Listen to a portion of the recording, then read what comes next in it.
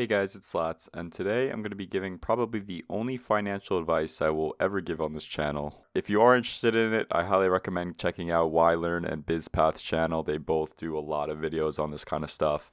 But what I can talk about is saving money. I've had this topic written down for a while, but literally the other day my mom was telling me how much money do you have saved up? And we were just talking about, the importance of saving money and stuff like that. And what I'm mainly going to be talking about in this video is not spending as much money outside of those mandatory monthly expenses. Because I do know that, people got to pay rent. There's monthly bills that people got to pay. I'm in a very fortunate position where I don't have to pay rent. I'm living with my parents. So there's not a lot of monthly expenses that I have to pay for. So that's why I'm going to be mainly talking about, outside of those, what I could save money on. So after this conversation with my mom, I was thinking about all the things I spent a lot of money on, and I think the number one thing that came to my mind was iced coffee. Every single day before work, I go to Dunkin' and get a medium iced coffee. Now this coffee is just $4, and that doesn't seem like a lot. But when I added it all up, $4 coffee, 5 days a week for a month, it was a little over $80 a month, which is kind of crazy to think about. And I don't even really need the iced coffee. It's definitely just something that I want. I literally have a coffee maker in my kitchen, and although I do prefer iced coffee rather than hot coffee, I'm sure I could find some workaround to it. And the thing that I decided to do now is just once a week now I'll be getting an iced coffee, which will most likely be Friday just because it's the end of the week, something to look forward to. And that already cuts that down so much because now I'm only getting coffee like 4 times a month now instead of the 5 times a week. The next thing that I noticed that I spend a lot of money on is subscription services. And I feel like subscription services have taken over the world. I feel like everything is a subscription nowadays. You can't own anything anymore. And the biggest subscription that I pay for is my Adobe Creative Cloud subscription. That gives me access to Premiere Pro and Photoshop and all the other Premiere products that I use mainly for video editing. And honestly, I don't even really need Premiere and Photoshop just because I mainly used it in college because a lot of the stuff that I was working on in college required Premiere and my college did not give us Premiere for free for some reason. So I used that in order to edit all my projects for school. Now that I'm out of college, I don't even really need it. The main thing I use Premiere for is editing these YouTube videos, and very clearly you could tell these videos do not require a whole lot of editing. Same thing with Photoshop. I use them for my thumbnails, and again, my thumbnails are not that crazy, so I'm sure I could find a free alternative to both of those that will not change the quality of my videos at all. I know DaVinci Resolve is one of them. I actually recommend that to calling me crazy.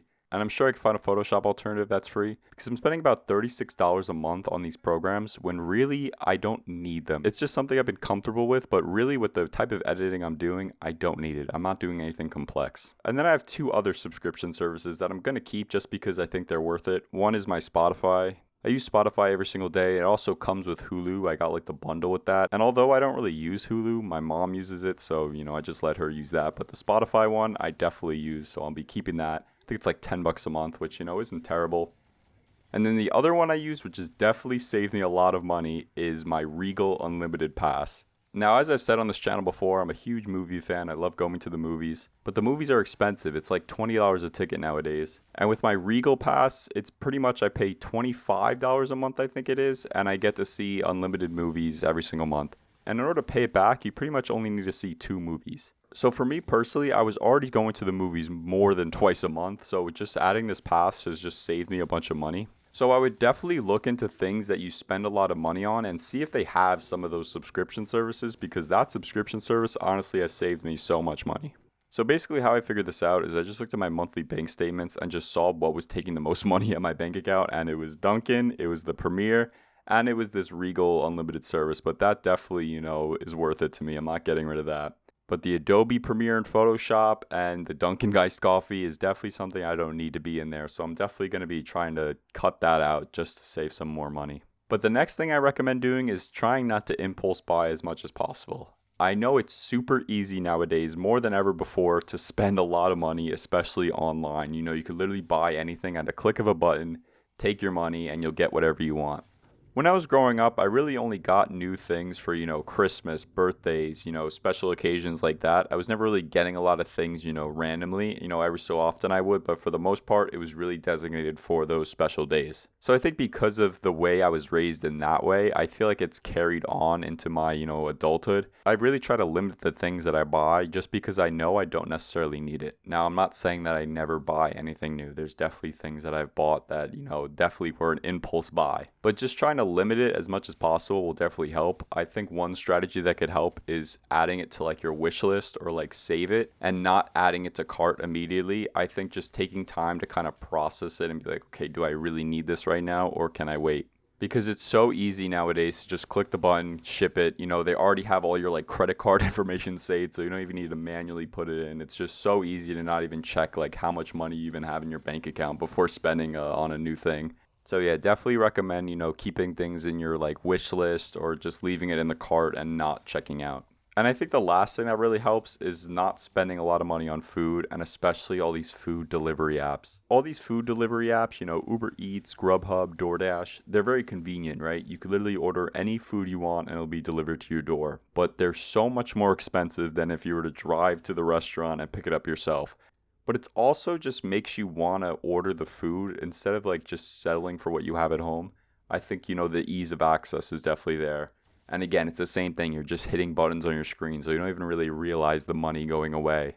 The only time I would use DoorDash or anything like that is if I was at work and I couldn't leave work and I needed to get food. Now, I tried to bring my own lunch and stuff like that as much as possible, but some mornings, you know, I was running late, or some days I was working, you know, through dinner and I didn't have anything to, you know, eat for dinner that day, so I would DoorDash something.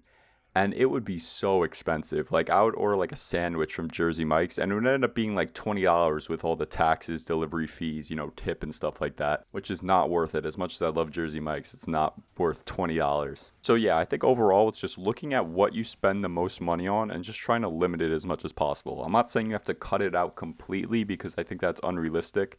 And I think it's also, you know, I don't want you to not enjoy your life, right? A lot of things that you want to enjoy in life, you know, it comes with a price, right? You want to go out to drink with your friends. You want to go out to a restaurant.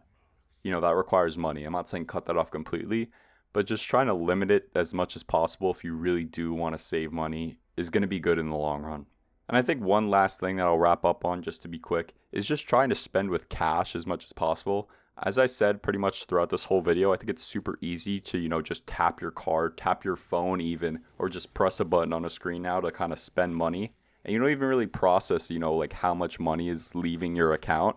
But when you have cash, it's a more physical transaction. You could see the money, you know, leaving your wallet. And I think it's easier to kind of, you know, not pay as much. I remember when I was a kid, right, before I had a credit card, before I had a debit card, before I had, you know, Apple Pay and all that. If I didn't have the cash to buy something, I couldn't buy it. So I think now I want to try to go back to that mindset where I'm going to try to pay more with cash just so I could be more conscious of, you know, the money physically leaving me and giving it to someone else. Because as I said, I feel like it's super easy to not even recognize, you know, the money leaving your account when you're just tapping your card or your phone on, you know, the credit card reader. But yeah, I think that's going to do it for today's video. I hope you guys did enjoy. If you guys have any tips or anything like that about saving money, I'd love to hear in the comment section below. If you enjoyed the video, please consider subscribing, and I'll see you guys in the next one. Peace out.